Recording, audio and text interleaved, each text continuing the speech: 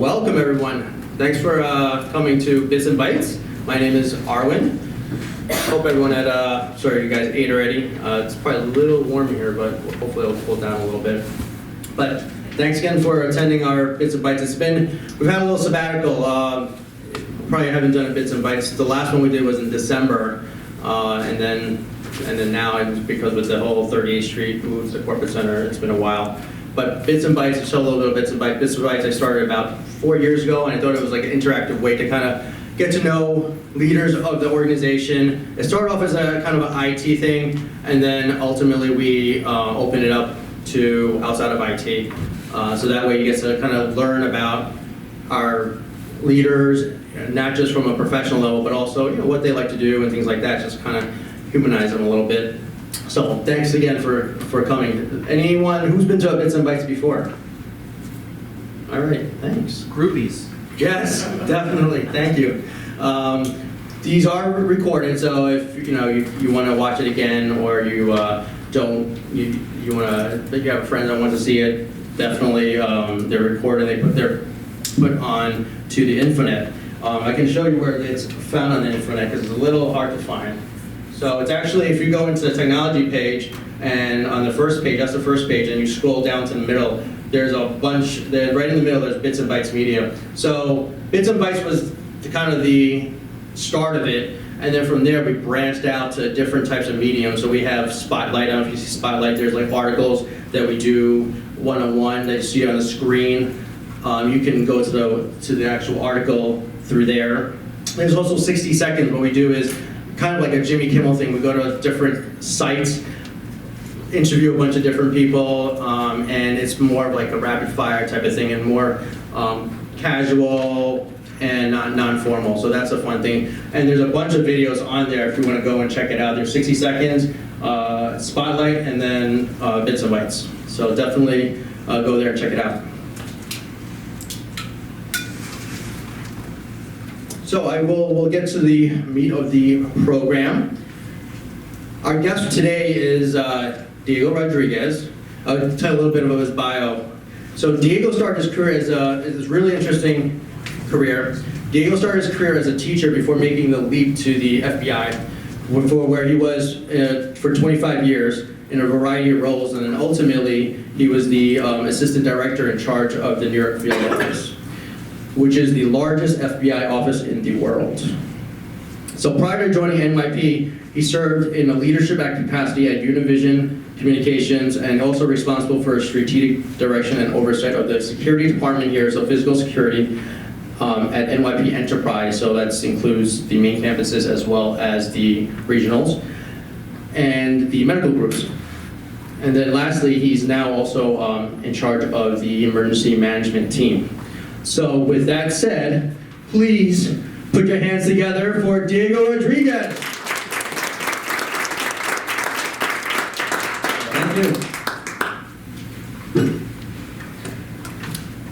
All right, so you see we have a legitimate setup here. This looks great. I knew you came from Univision, so it's hopefully this kind of lives up to that. Feel back at home? Yeah, sure, of course. So, well, first of all, thanks for being here. Thanks for having me. I know you've been here for, how long have you been at NYP so far? I'm hitting my 10th month on the 26th of this December. Okay, can you guys hear Diego? Okay. Great. So, as I talked about a little bit before, you have a very interesting background. How you kind of started your career in law enforcement, and even prior to that. Can you tell us a little bit about how you started in just your career? Sure. Well, like anybody else, I grew up in Queens. Very proud of that, by the way. Ooh, I grew up in Queens too. So, Queens. Anyone from Queens? Yeah. There you go. Most diverse county in the world. So I'm a local kid who grew up like anybody else. I was always fond of law enforcement. Never ever thought I'd get into law enforcement at all.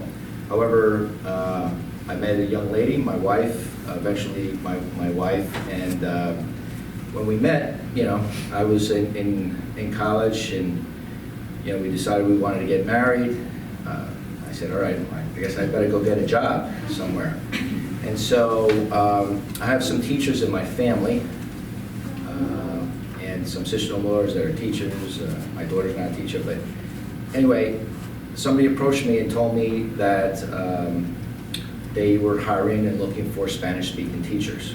And I always loved teaching in some form or fashion, you know, just even if it was dealing with young children or whatever growing up, I always felt like I was doing that type of, whether it be counseling or teaching or whatever it might be. So I thought it was interesting, and I went ahead and started in South Jamaica. It was my first school. So especially folks in Queens, know South Jamaica. South Jamaica is not an easy, or it's more a pretty tough area, tough part, and it was IS-8, the school where I started, and pretty much probably 90% of the children there were from broken homes. So, you know, even though I was asked to teach Spanish there, I found myself teaching the children there more about life in general, about rules, about things that they had not experienced, because since they had come from broken homes, you know, I was like their paternal figure there. And so, you know, sometimes the way I did things was, you know, you try to teach Spanish, and then things would suddenly evolve into other things, because that just was what was going on at the time with those young kids. You know, all they knew was South Jamaica in that world, and I was trying to tell them about this greater world that existed outside of that community. And so we ended up getting married. I really started to like teaching, particularly the next year when I got a job closer to where I lived, a junior high school, where I was also teaching Spanish, but now the difference, if I could compare the two, where I had, you know, the kids really, now I was teaching Spanish basically. I wasn't worried about anything else. These kids were just all about learning the language. And I started to go and started to my master's in education. So I got involved in that. I saw myself staying in it as an educator the rest of my career. I figured I'd get my master's. You know, my wife was working at the time. We were going to probably start a family soon and live happily ever after, until I ran into an FBI agent at a family event on my wife's side. So I had never met an FBI agent in my life. What do you look like? He looked like your stereotypical tall, you know, FBI agent, you know, and basically we're at an event, a family event, and he saw me, and he saw that I was Spanish and spoke Spanish, you know, first time he met me, and just said, look, do you know that the FBI is looking to hire Spanish, people that speak Spanish, basically? And I said, no, but I said, I'm not an attorney. I said, nor an accountant, which is my understanding of what you needed to be to become an FBI agent. And he said, no, that has changed. Now, you know, the FBI is trying to mirror the community that it serves and hire people, particularly in languages that it needs, in, you know, technology, in accounting, obviously, and also as attorneys, and also in a diversified field, formal law enforcement. So I said, oh, okay, I'll be more than happy to do that. I'll try to take the test. And so he offered. I made contact with New York City recruiter, scheduled the test. I went, I took the test, I came back, and then probably about a month or so later, I see this agent again for the second time in my life at another event. Now, I've never seen anybody my whole life. Now I see him twice in like the next 2 months. And so he sees me, and he says, you know, again, remember, I was really pleased. I was teaching. I was starting my master's. I was really enjoying teaching. So when the recruiter called me to ask me if I was interested in coming back, I said, thanks, but no thanks. I'm really happy doing what I'm doing, so I appreciate it, but I'm not interested. So I was fine. I didn't think anything of it. I really didn't. Until again, I said, I ran into this agent for the second time, and he comes up to me, so he goes, how'd it go? I said, well, I went, I took the test, everything went well. They called me back, and I said, thank you, no thanks, because I'm taking, and he just like stopped and just stared at me and looked at me.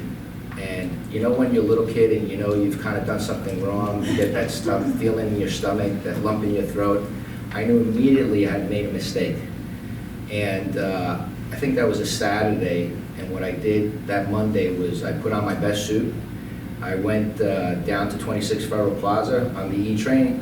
I walked off Chambers Street, walked over there and looked for the recruiter and apologized profusely to her and said, I made a mistake, can I get another chance?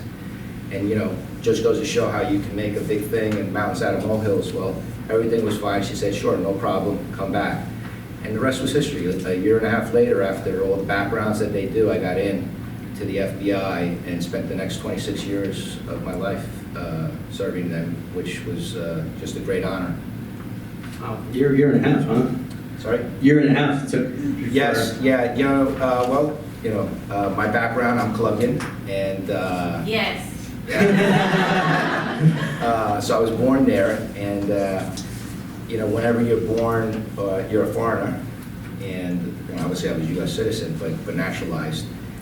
It takes a little longer because what they do is they do a real thorough background. They'll go back to Colombia and check my whole family and make sure, because remember, you know, everything that you do in the FBI, you know, they want to make sure that there's no way or anything that will cause you to, you know, be compromised or anything like that that might force you to feel any other way. So, so it did take about a year and a half by the time I got in. And there's a set of processes too. There's tests, there's physical tests, there's another psychological test, and all of it takes a while. And they were hiring quite a bit at the time, so it was taking quite a while.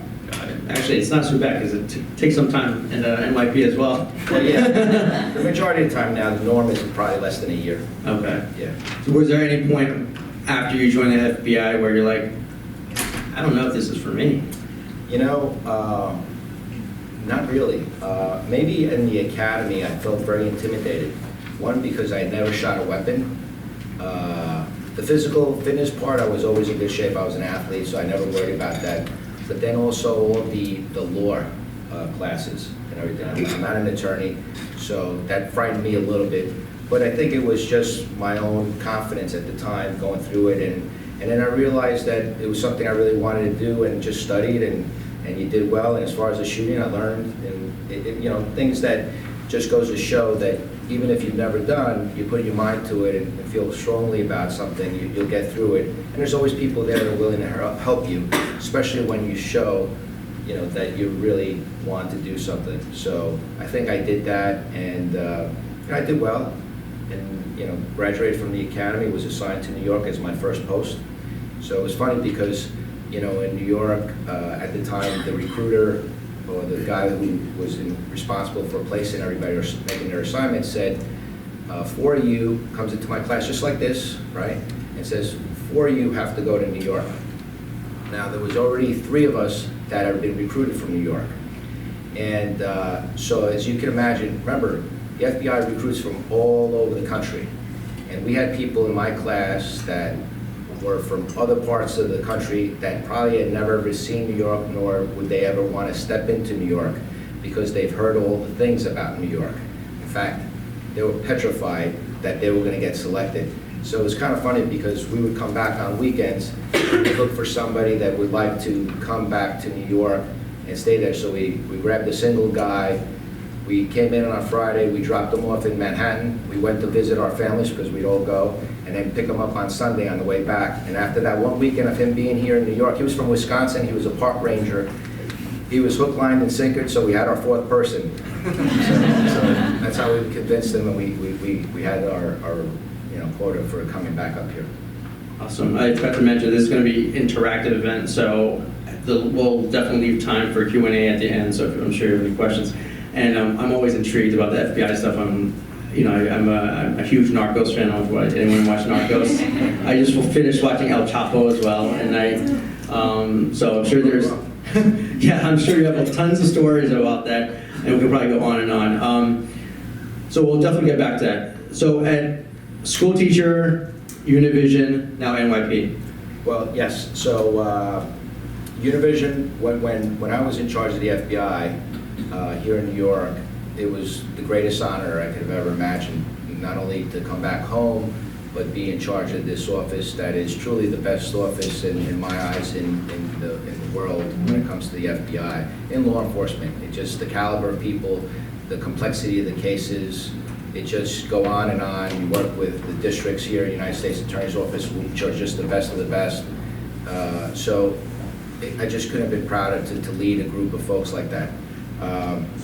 But like anything else, and I wasn't really looking, but I was approached, and it was funny because I had been thinking about it. My wife, who raised my 4 daughters, my daughters are already, 2 of them were graduated college. Single income for us, again, you don't go into the FBI or into government for the money, you go in for the mission.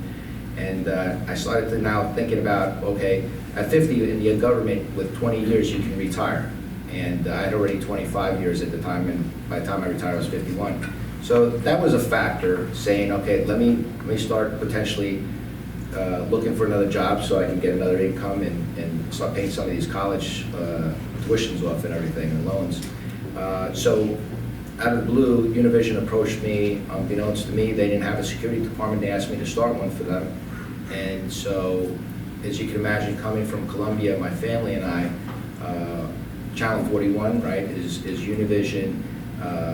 They helped my family and I assimilate into this country, into the United States, and my parents will never forget that, and love this country and the United States more than anything. And so for me, having performed public service pretty much my whole life, I saw this just as another opportunity to perform public service again by going back to this station, knowing what they do, because they were more than just, a TV station. They really did help people, particularly new to this country. I figured, hey, let me do my part, and it was wonderful. I was there for a while until another great opportunity, was offered, and that was this, an opportunity to be part of a brand that, I'm very proud of the FBI. I think it's the premier law enforcement agency in the world. And so aside from the fact I'm a little competitive too, I like that, but I always want to be part of the best. And when I was offered this position, it was a no-brainer. I wanted to do this. I love this type of challenge, having 11 hospitals now, being able to come in and be responsible and oversee these wonderful people again, okay? The officers and everybody that works with, and then work with the employees here, the caliber. All of this reminds me very much of the FBI, of the mission, that noble mission, that moral content that we did in the FBI, that we perform here in NYP. And it doesn't get any better than taking care or protecting people that are taking care of sick people. So for me, that was very important. Awesome. And obviously you've been in a lot of different organizations in different sectors. I mean, all sectors. You've been in public, right, the federal government, private, and then now for profit.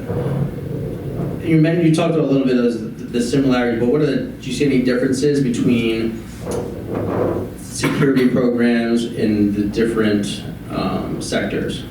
Well, you know what? There is, in the private sector, there's a bottom line, right? And in everything that we do once you leave the government, we're non-revenue generating. So if the bottom line is the dollar, then oftentimes those companies don't want to invest too much into the security program.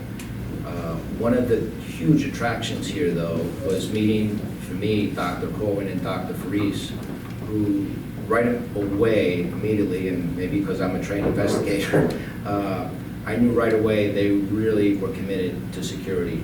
And to me, that was a big, big piece and attraction to coming here, aside then meeting the board, who again, very supportive of security. You don't get that combination too often out there.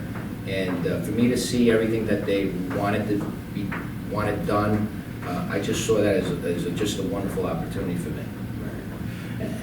And obviously, if you've been in law enforcement for so many years, and you've seen kind of like quote unquote the bad guys or bad things happen, how have like events such as 9/11, Columbine, Sandy, and most recently the Bronx, Lebanon shooting, how does that kind of change that we approach emergency management and just security itself? Well, you've heard that saying of you can't leave any stone unturned. I think after 9/11, certainly in the government, we learned that, we were in a way, and the 9/11 Commission came out and actually asked the FBI to start an intelligence program because they wanted us to create an entity that would help connect the dots. Because again, remember, the whole reason why they said 9/11 occurred was because the government and everybody and all these different agencies could not connect those proverbial dots.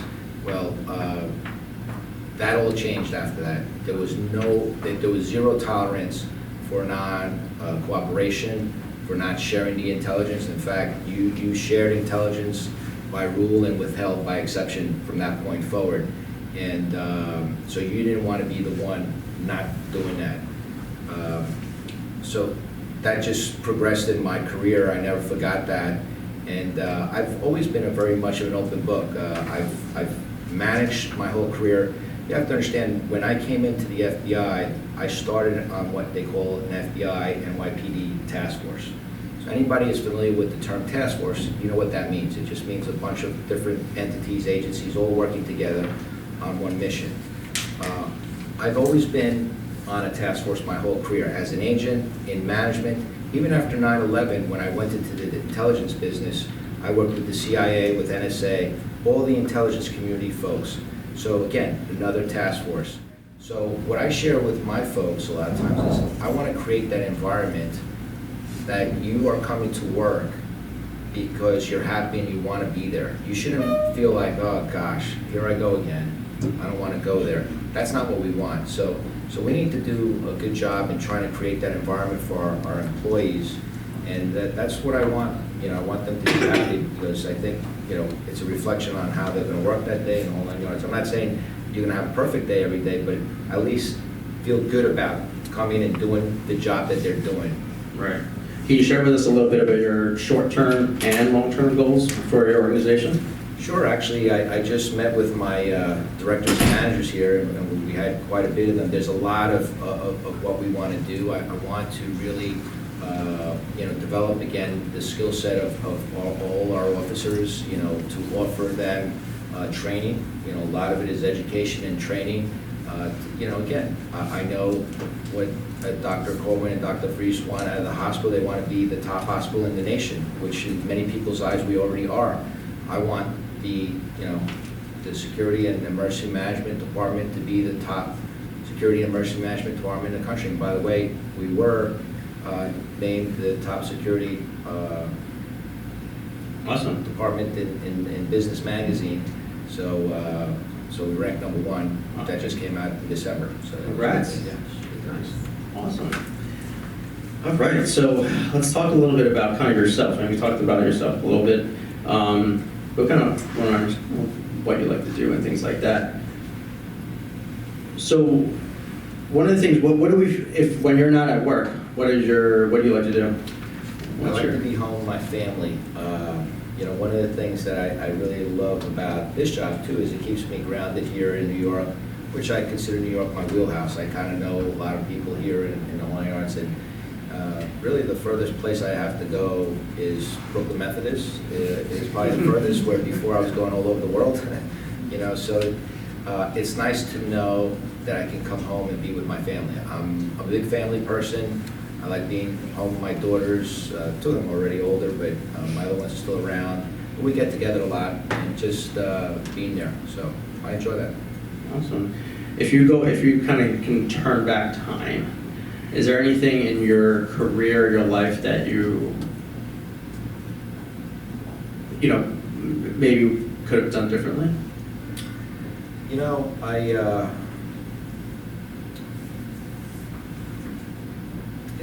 don't know. I always think of things like that, but I don't really consider them regrets. Right. I just I hate to look at things that way. I think everything is for a reason, and you make of it what you make of it. And I've been very, very fortunate. I've been lucky enough to have people believe in my ability to do something, and then thankfully I've had the opportunity and then be able to perform to do that. And so that to me is important.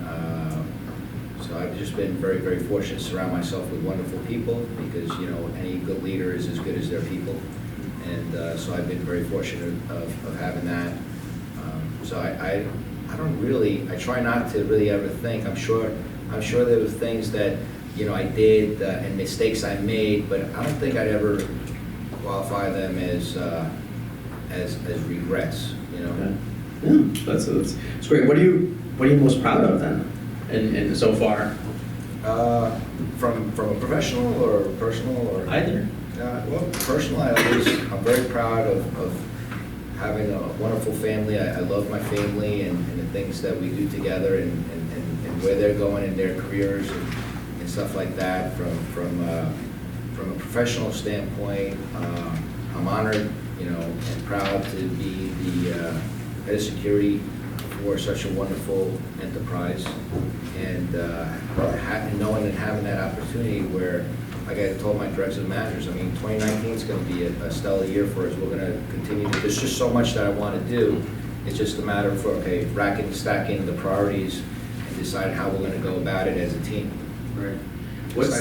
Awesome. What's the best advice you've ever received?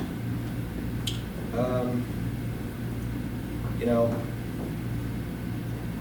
I used to always get a lot of good advice from my mom, and it was always just, you know, be humble, you know, no matter what. You know, I learned that, and there's always these characteristics I talk about all the time. People that have heard me speak say that, you know, that sense of humility and confidence, you know, is important, even though they're kind of contradictory in nature. You don't have to be arrogant, but being confident and humble is good. I don't need to be, like my mom says, you don't have to beat your chest or pat your back, you know. For anybody to recognize that you did a good job, you should hopefully just, as I say, let the bat do the talking and then go from there. So I kind of go based on that a lot of times, that type of, No, that's great advice. That's great advice.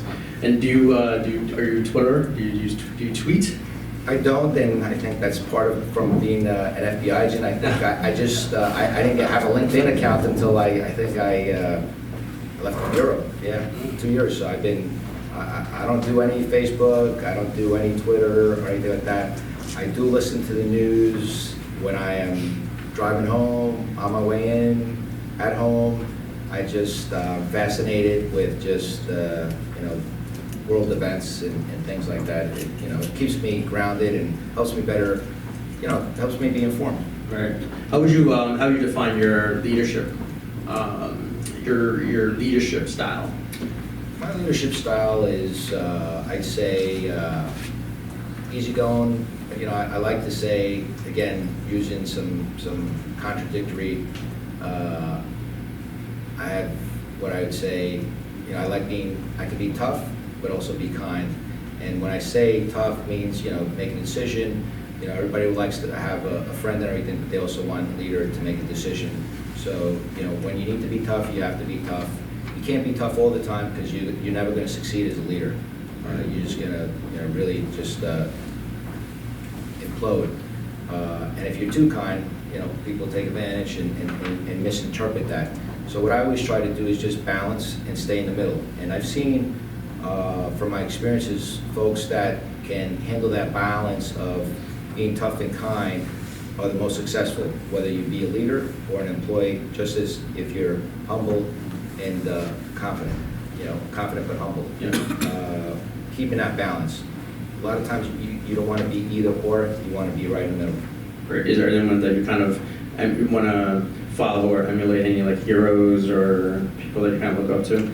I have a lot of heroes, and I'd have to go back to my father for taking a huge risk in coming by himself in the 60s here to create a better life for us, as many people have for their families, and not knowing a word of English, and then producing a wonderful family. I have my older brother's a dentist, my other brother's a psychotherapist, and I always consider I was the ugly duckling being in law enforcement. But so he's got a lot to be proud of, and we're very proud of having him in our lives and had taken, like I said, that chance for us. Yeah. Never knowing what it would have resulted in. That's great. Any bucket list items? Yeah, there's a couple, but they change as you get older. You start becoming more experienced and you start saying, what am I thinking of? I don't want to do that. It's like the old jumping out of a perfectly safe plane.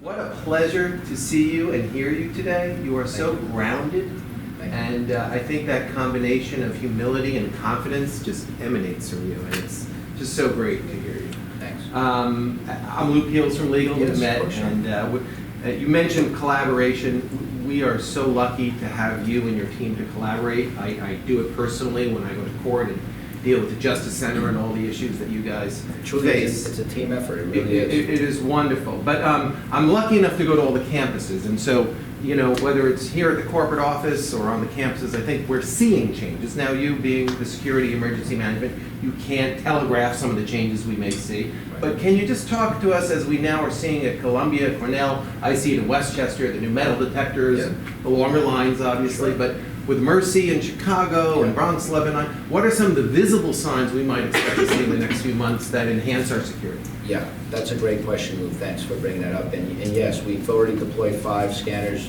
We just signed an agreement for an additional 5. We're going to be deploying in Queens the next one. A lot of why we're not deploying them as much as you might think we are, because of space issues. It requires a certain amount of space, so it's limited. But we're going to start looking around how we can get around that, whether it be knocking down walls. Really, the buildings were never built with security in mind a lot of times. And so, that's something we're certainly going to do. We have the NYPD paid detail that is on the exterior perimeter of our facilities. With everything that's going around the country, for anybody to think, and we've always, hospitals and the healthcare industry has always been considered like a soft target. And I think, soft target, what does that mean? It means you're a target, period. So whether you're soft, hard, we have to be ready at any given time. Somebody can be running in either, on purpose or inadvertently into our hospital, and now we have a situation where it could be an active shooter, it could be whatever your imagination wants to go. One of the things that I really spend a lot of time and invest a lot of time in, and in fact today, this evening I'm going to the U.S. Secret Service holiday event. Tomorrow I'll be at the FBI one. I've been at several already this week and others. I invest a lot of time in liaisoning with the NYPD, for example. So I'm always looking, and intel to me, and that's one thing we learned after 9/11, we really need to utilize intelligence and look at emerging threats. So it doesn't change for the healthcare industry. Now it's just focus. How do we start looking at intelligence that it might be affecting us? And what emerging threats to the healthcare industry, to our hospitals? What have we seen when they go into these hospitals? Is it more domestic, or has it been something a little bit more nefarious in the sense of terrorism or something like that? One of the things that I have done, and because of that investment with NYPD, will come to us immediately upon learning of something else that's happening in another hospital across the country, until it's determined that it is anything other than a terrorism matter. If it's domestic, they'll pull off and they'll go back. But until that gets resolved, you'll see presence there. So I don't know if you've seen in hospitals sometimes, particularly after an event, you might see the NYPD there just showing presence and being visible. I welcome all that. It might not look aesthetically very nice to a lot of people. What I try to say, I hate to, this is the tough part of me, right? It's like, too bad. I worry about your safety and everybody's safety, and I put that first and foremost. And when we have to do certain things, we have to do certain things. And that type of stuff is necessary. So I invest quite a bit of time in that with respect to the security. What you'll see is, more scanners. You'll see probably a reduction in our ways of getting in and out of our facilities. I think we're an extremely porous enterprise across the board. I've asked all my directors and managers to reevaluate that. And really, it's just that's going to be the norm going forward. I think you have to look at it from that. The more opportunities and entrances and Egress is that you provide a bad guy, they're going to take advantage of that. So, you know, it might be a little bit of a you know, pain in the butt to have to walk an extra way to go somewhere else, but, you know, everything that we do, I hope you appreciate this, is for your safety. We don't just kind of pull it out of the sky, you know, after 5 minutes of thinking of it. Like we were today at directors managers meeting. Every issue, concern that comes up with respect to security, we give it very much thought and develop process and try to develop process around it. And then a lot of it is communication, right? We want you to know what we're doing and why we're doing it. But ultimately, it's all about safety. Hi, how are you? Hi. I've worked at 3 different campuses, Allen Hospital, 168th, and Cornell. So Allen and 168th are kind of like together when it comes to security, and then Cornell, they do things differently. And I'm married to one of your fellow officers. So I wanted to know, is there a plan like to centralize security in all 3 campuses? Yeah, actually, we're already doing that in the sense of centralizing and standardizing the way the function operates across all 11 hospitals. So before I arrived here, really, none of the directors, managers really knew each other that well, probably never even met for the most part. I brought them together. Now we start sharing ideas. We have calls to discuss best practices. With respect to the officers, ideally I want to get to a point, and you know, as we transition again, it's going to take a little time for everybody to catch up, but ideally I should have a pool of, right now, if you look at all 11 hospitals, it's about 650 officers. Ideally, yeah, we want to train them together the same way, so that way if God forbid there was some catastrophic event and I needed to pull people from one hospital, officers to another, that officer should be able to fit right in and not worry about it, other than just maybe not knowing the person. But as far as policies and protocols and how we do business, the security function should be the same. And that's why we standardize the way we do, say, a management of aggressive behavior and how we train all of our officers. Because ideally, at the end of the day, you know, we should be able to move them around if necessary. Yeah, same thing with this technology. That's, you know, a lot of why we're partnering is the technology. We want to standardize across the enterprise and not have, you know, we want to make sure all those systems talk to each other, so that way you can report on, you know, have a more holistic visualization on, you know, incidents and things like that. I just want to say, I feel like I definitely interviewing a federal agent because we have everyone standing around. You know, the only thing we're missing is the little, you know, the speaker thing, right? Speaking of my book like this. Yeah, I watch too much TV. But question? Yeah. I know you're talking about sharing best practices within our hospital system, but do you collaborate with other health systems in New York just because of the unique environment we're in? Yes. In fact, one of the things that I did right off the bat, aside from investing in local law enforcement, state and federal, and those you know, relationships, I immediately grabbed, say, MSK, leadership at Rockefeller, at HSS, and invited them to a lunch to meet again. Just like the directors and managers that never met internally, a lot of them didn't know each other. And so now we share intel. You know, we have a bad guy in MSK, they shoot out a picture of him, all the hospitals around the area. We talk, we communicate. That's the way we should be operating. Security is unique in a sense, and everybody that's in security, that's been in it for a while, knows this. You know, security is security is security. So there's no real differences. It's all about how we share the information, and I'm all about that. I'm trying to create that, and the more and more people see that, I think they understand that, and there's a benefit to that. They'll want to do the right thing, and as the, you know, NYP, I want to be the leader in that respect for all of New York, so that they're coming. They're already doing that with our security scanners and NYPD pay detail. They're following us after, you know, people calling us every week saying, can we come down and look, and what are you guys doing? Can you send us your information? That's great, that's great. And I don't mind that. I mean, you know, more people we can get on the same sheet of music, the better. We have a question. Yeah, one more question? Yeah. I think you mentioned after an incident of officer presence Yeah. Could you explain a little bit about, it may sound a little naive, but why is that so important? So what it is, let me give an example. Sometimes when something big happens, like an active shooter, right? And lately, most of them have been something other than some type of, you know, say San Bernardino was more terrorism type of thing. But they want to make sure, the NYPD wants to make sure, they always assume that whatever's happening anywhere else might be happening here. And so they want to make sure that they put in measures immediately to show presence. If you ever notice, and to give you a good example, anything having to do with the synagogues, and the reason why I say that, I worked at Univision. Univision worked in this same building where the Anti-Defamation League is headquartered. So if you recall, a year ago, there was a lot of bomb threats across the country, and some there. They'll immediately show presence there, whether it's just having people with long guns, dogs, just putting out one of their mobile buses.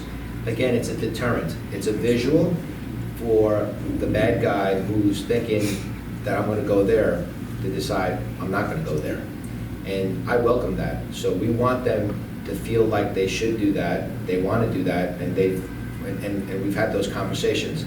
And again, it's to just, let's assess what's going on, and once we find out that it was some, you know, domestic type of thing, boyfriend, girlfriend, has nothing to do with anything else, and it was a random act in that part of the country, then we're fine, and they pull off. That's part of the reason why they do that. Right. Yes? It's good to have professional in security, but as I understand, security is a major but not the only part of your responsibilities. As IT professionals supporting the emergency medical department, I'd like to know if you have any plans to recognize, improve emergency department. To enhance the emergency security in the emergency departments? No. Does EMS department reports to you? No, the EMS emergency medical services reports to Dan Bravato, up to Kevin Curtin, the Vice President of Operations in Weill Cornell. So I have just emergency management. In the past, it was reported.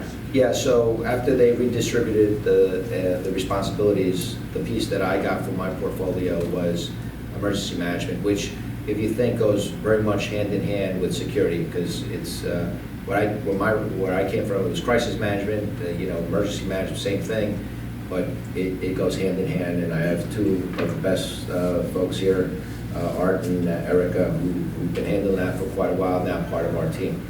No, okay, thank you. I didn't know. Yeah. Perfect sense. Yes, thanks. Great. All right, I want to respect everyone's time. It is 3 o'clock.